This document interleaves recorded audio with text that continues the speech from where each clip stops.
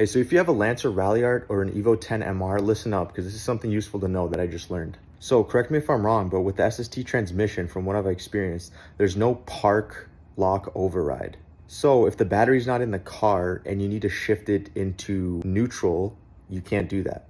Essentially what I have to do is put the battery in the car, turn the ignition to the on position, and then I can shift it into neutral and then roll it if I needed. Well, what if for whatever reason you can't put the battery in or you can't do that? Well, here's your solution. All right, so you're gonna have to come to your engine bay, right? And you're gonna have to remove your stock airbox because that's in the way. You need to get access to under it here, which is the top of the transmission. So what you're gonna want specific access to is this right here, which is a shift linkage.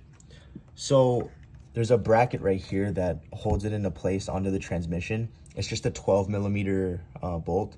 Essentially, you just remove that, and then this makes it loose.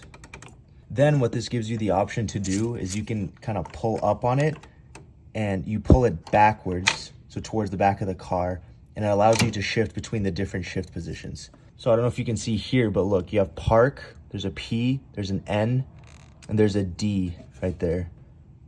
So park, neutral, drive. All right, so we're gonna shift this into neutral. So boom, just one. So now the car's in neutral, you don't have to worry about putting a battery in and doing all that shit. You can just roll it back and forth freely. Save this video for later and share this with someone who has an SST transmission because this is super helpful to know.